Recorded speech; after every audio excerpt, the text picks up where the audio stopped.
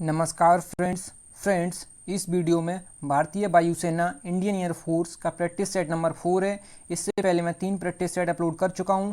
इसका लिंक आपको डिस्क्रिप्शन में मिल जाएगा। ठीक है, ये फिजिक्स क्वेश्चन 25 लिए हैं जैसे कि एयरफोर्स में पूछे जाते हैं। ठीक है, और इस चैनल पे आपको फिजिक्स और इंग्लिश के back to back practice set कराए जा रहे हैं, तो आप चैनल को सब्सक्राइब कर लें, बेल आइकन को प्रेस कर लें। चलिए शुरू करते हैं। तो पहला प्रश्न है, जूल प्रति किलोग्राम निम्न में से किसका मात्रक है? तो आपके पास 3 सेकंड हैं, आप लोग सोच लीजिए पहले।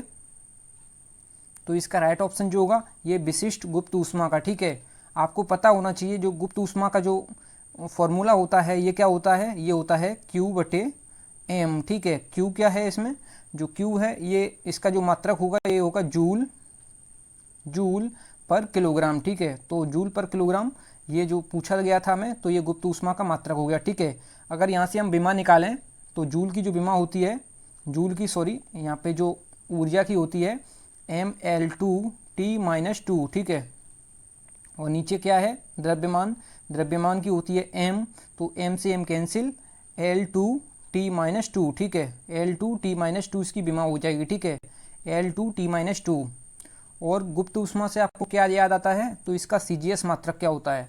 तो CGS जो मात्रक होता है ये होता है कैलोरी पर ग्राम। ठीक है, कैलोरी पर ग्राम होता है CGS मात्रक इसका। ठीक है, गुप्त ऊष्मा का। और आपको पता होना चाहिए जो गलन की गुप्त ऊष्मा होती है ये कितनी होती है, ये होती है 80 कैलोरी पर ग्राम। 80 कैलोरी पर ग्राम होती है इसकी गलन की गुप्त ऊष्मा। ठीक है, अगर इसको हम जूल में लिखें, जूल प्रति किलोग्राम में लिखें तो कितना लिखेंगे इसको हम? इसको लिखेंगे 3.36 10⁵ जूल पर किलोग्राम। ठीक है, जो 80 कैलोरी पर ग्राम को हमने जूल में अगर लिखेंगे 3.36 10⁵ जूल पर किलोग्राम। ठीक है, ये क्या थी, ये थी गलन की गुप्त ऊष्मा। ठीक है, अगर हम पूछें भाप की गुप्त ऊष्मा कितनी होती है, जो भाप की गुप्त ऊष्मा होती है ये होती है 540 किलो कैलोरी पर ग्राम। ठीक है, अगर हम इसको जूल पर किलोग्राम में लिखें तो कितना लिखेंगे, तो इसको जूल पर किलोग्राम में लिखेंगे 2.268 10⁶ जूल पर किलोग्राम। ठीक है, जूल पर किलोग्राम आप इसको याद रखें, 2.268 10⁶ जूल प्रति किलोग्राम। ये जो है ये भाप की गुप्त ऊष्मा है। ठीक है, अगर आपको किलो कैलोरी में पूछा जाए तो 540 किलो कैलोरी पर ग्राम। ठीक है, अगला प्रश्न देखते हैं, किसी वस्तु के संवेग परिवर्तन की दर 60 किलोग्राम मीटर पर सेकंड स्क्वायर है, तो वस्तु पर आरोपित बल बताइए। तो जो बल होता है यो F जो होता है ये संवेग में परिवर्तन की दर के बराबर होता है। ठीक है, dP/dt, और इसको ही हम कहते हैं बल। ठीक है, इसको ही हम बल कहते हैं। तो ये दिया है हमें कितना 60, तो इसके हम बराबर लिख देंगे 60 न्यूटन। तो ये हमारा आंसर हो जाएगा 60 Newton. Option A is correct. ठीक है, जो संवेग में परिवर्तन की दर है इसको ही हम बल कहते हैं। तो जो ये दिया था हमें इसके बराबर जो ये दिया है, तो इसको हम लिख देंगे ऐसे 60 किलोग्राम मीटर पर सेकंड स्क्वायर, तो इसको ही हम लिख देंगे 60 न्यूटन।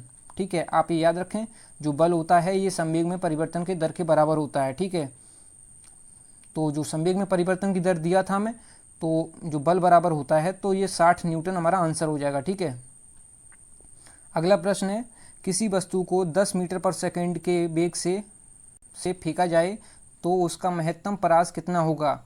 तो महत्तम परास का जो फॉर्मूला होता है ये होता है R = U² sin 2θ upon G। ठीक है, तो जो sin 2θ है जब थीटा बराबर 45 होगा, जब थीटा बराबर 45 डिग्री होगा तब ये महत्तम परास तय करेगी। ठीक है, तो हम थीटा बराबर 45 लिखेंगे तो R बराबर हो जाएगा U²। तो U कितना दिया, 10 दिया है मैं। ठीक है, 10 मीटर पर सेकंड दिया है U, तो U², तो मतलब 10 × 10 और sin 2θ होता है। ठीक है, तो sin 2 × 45। ठीक है, थीटा की जगह हम 45 लिखेंगे, क्यों? क्योंकि हमें महत्तम परास चाहिए। ठीक है, महत्तम परास के लिए थीटा बराबर होता है 45, अपॉन में लिखा है G, तो G बराबर हमें दिया है कितना 10, तो 10 से 10 कैंसिल हो जाएगा, और sin 45 का 2 में मल्टीप्लाई करेंगे तो कितना होगा 90, तो साइन जो 90 की वैल्यू होती है ये होती है 1। तो हमारा 10 आंसर हो जाएगा, ठीक है। 10 मीटर हमारा आंसर हो जाएगा, ऑप्शन ए इज़ करेक्ट हो जाएगा, ठीक है। अगला प्रश्न देखते हैं, एक बल की क्रिया एवं तत्संगत प्रतिक्रिया होगी तो क्या होती है? क्रिया एवं तत्संगत प्रतिक्रिया होती है, ये होती है दो अलग अलग वस्तुओं पर विपरीत दिशा में होती है, ठीक है।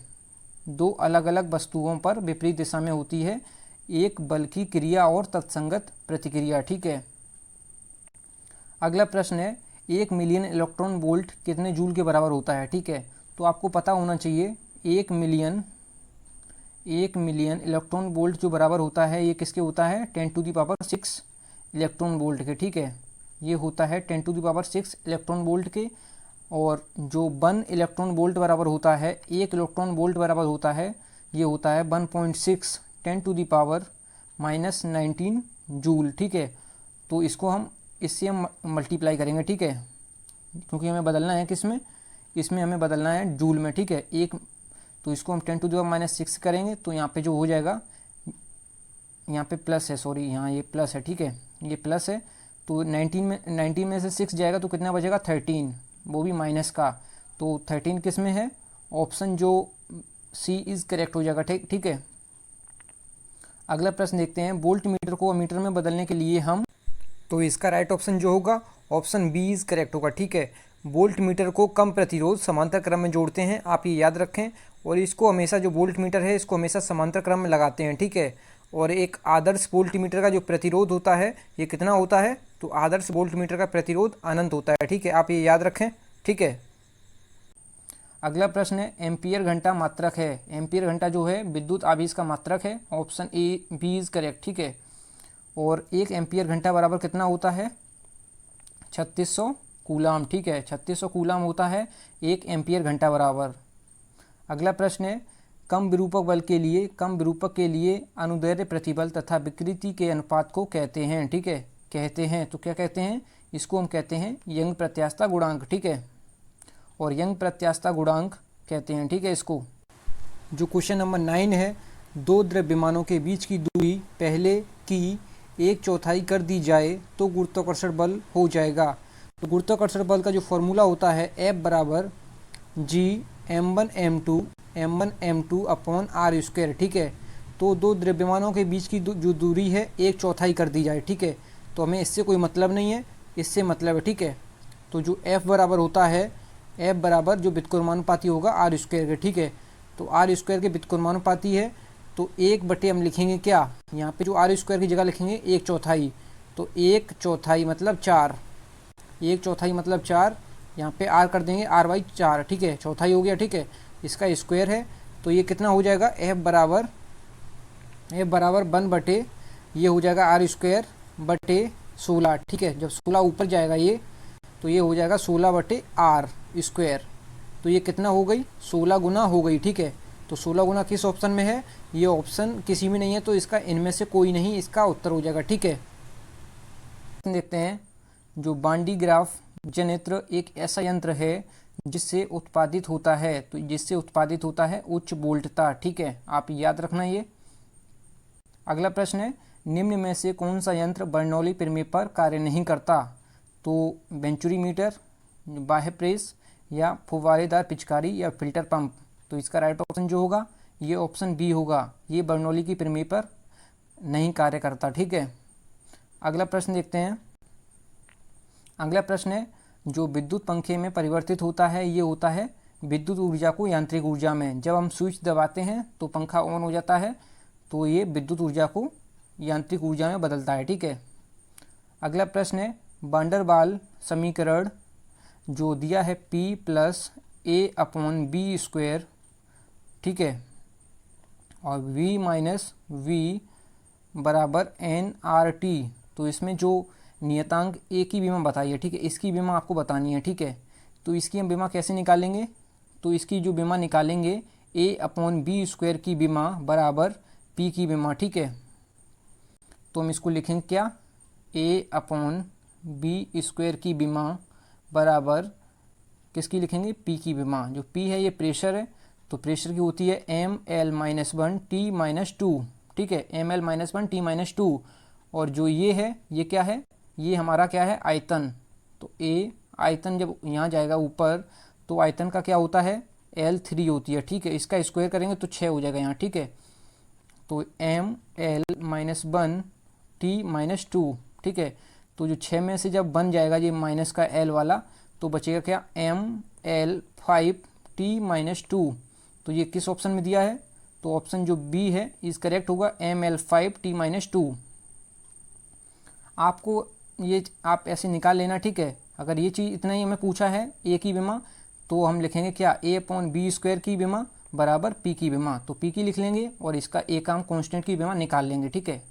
अगला प्रश्न है, किस कारण से हवा का बुलबुला पानी के अंदर चमकता नजर आता है। तो आपके पास 3 सेकंड है, आप लोग सोच लीजिए। तो इसका राइट ऑप्शन जो होगा, पूर्ण आंतरिक परावर्तन के कारण जो ये हवा का बुलबुला है ये पानी के अंदर चमकता हुआ नजर आता है, ठीक है, पूर्ण आंतरिक परावर्तन के कारण। अगला प्रश्न है, एन टाइप अर्धचालक बनाने के लिए अशुद्धि के रूप में मिलाया जा सकता है। तो ये जो आर्सेनिक है ये मिलाया जा सकता है, ठीक है। अगला प्रश्न है, ताप वैद्युत युग्म किस सिद्धांत पर आधारित है। तो जो ताप वैद्युत युग्म है ये सीबेक प्रभाव पर आधारित है, ऑप्शन डी इज करेक्ट। अगला प्रश्न है, यदि A.B बराबर 0 तो A×B बराबर क्या होगा। तो जब A.B बराबर 0 है तो इसको हम क्या लिखेंगे, AB cos theta. AB cos theta बराबर 0, AB को हम नीचे 0 को भेज देंगे तो 0 हो जाएगा। तो cos थीटा बराबर 0, तो थीटा बराबर हमारा क्या आया, तो थीटा बराबर हम आया है जो cos थीटा 0 कब होता है, किस पे होता है, तो जो ये होता है 0 पे, ठीक है। ये होता है किस पे, सॉरी यहाँ पे जो A.B है इसको हम लिखेंगे AB cos थीटा, ठीक है, बराबर 0। cos थीटा बराबर 0 जो होता है ये 90 पे होता है, ठीक है। तो थीटा बराबर जो है ये 90 पे 0 होता है, ठीक है। ये जो cos थीटा है ये 0 जो होता है ये 90 पे होता है, ठीक है। तो थीटा बराबर हमने 90 निकाल लिया है, तो A×B निकालना है हमें, ठीक है। तो A×B जो होता है AB sin थीटा, ठीक है, AB sin थीटा होता है। तो हमने अभी थीटा निकाला 90, तो sin 90 यहाँ लिखेंगे और A.B, ठीक है। तो sin 90 की जो वैल्यू होती है ये 1 होती है, तो हमारा जो आंसर है A.B, ठीक है, ये हमारा आंसर होगा। ये दिया है ऑप्शन बी में, ठीक है, ऑप्शन बी इज करेक्ट। अगला प्रश्न है, यदि एक कार अपनी यात्रा में 50 किलोमीटर की दूरी 30 किलोमीटर प्रति घंटा की चाल से तय करती है, यदि अगला 50 किलोमीटर की दूरी 20 किलोमीटर पर घंटा की चाल से तय करती है, तो पूरी यात्रा में कार की औसत चाल बताइए। तो जो औसत चाल का फॉर्मूला होता है ये होता है 2b1b2/b1 प्लस b2। आप इसको कैसे अप्लाई करेंगे, आप हमेशा ये चीज़ याद रखें, जो ये है ना 50 किलोमीटर और 50 किलोमीटर, ये जब सेम है और बराबर दूरी तय की गई है, और तो हमेशा आप लगाएंगे 2b1b2/b1 प्लस b2।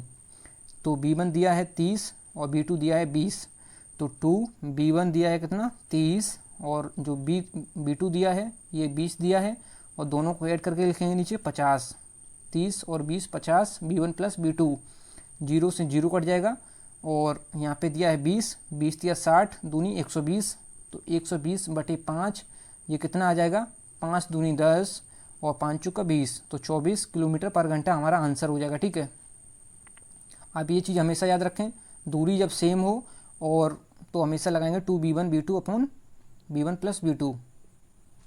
अगला प्रश्न है, किसी पिंड का आवेग का मान बराबर होता है। तो किसी पिंड का जो आवेग है ये उसके संवेग में परिवर्तन के संवेग में परिवर्तन के बराबर होता है, ठीक है। जो संवेग में परिवर्तन होता है dp/dt, इसके बराबर होता है हमारा आवेग, ठीक है। अगला प्रश्न है, वृत्ताकार गति एवं प्रक्षेप्य गति दोनों किस गति के उदाहरण हैं। तो दोनों जो ये उदाहरण हैं द्विविमीय गति के, ठीक है, ऑप्शन बी इज करेक्ट।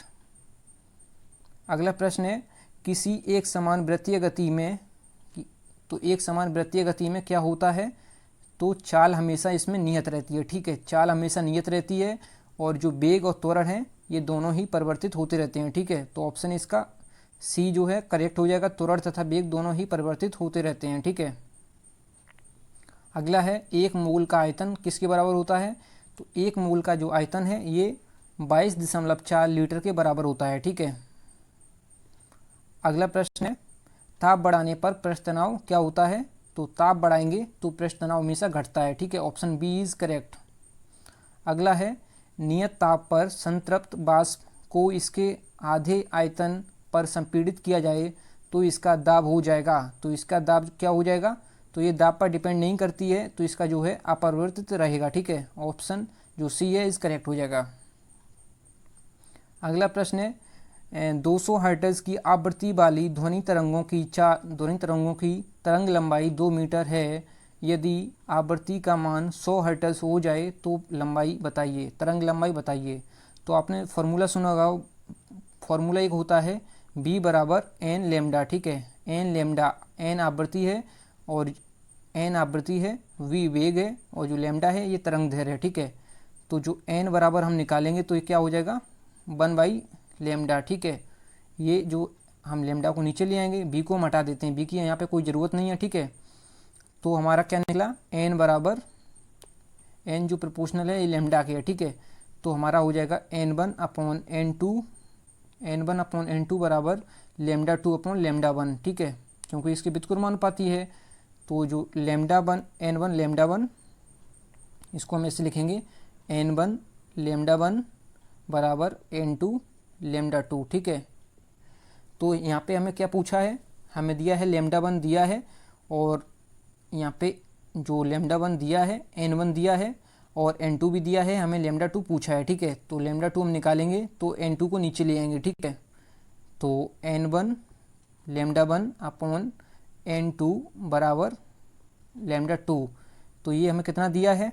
तो जो n1 दिया है 200 दिया है, 200 गुणा n जो लेमडा 1 दिया है 2 दिया है, 2 बटे 100 हमें ये दिया है, ठीक है। तो 100 दूनी 200, 2 और 2 दूनी 4। तो इसका राइट ऑप्शन जो होगा ऑप्शन ए इज करेक्ट हो जाएगा, ठीक है, option A is correct. Thank you friends, अगर वीडियो पसंद आई है तो लाइक ज़रूर करें, अगर चैनल पे पहली बार आए हैं तो ज़रूर सब्सक्राइब करें और अपने फ्रेंड्स में ज़रूर शेयर करें, ठीक है। थैंक यू फ्रेंड्स, जय हिंद, वंदे मातरम।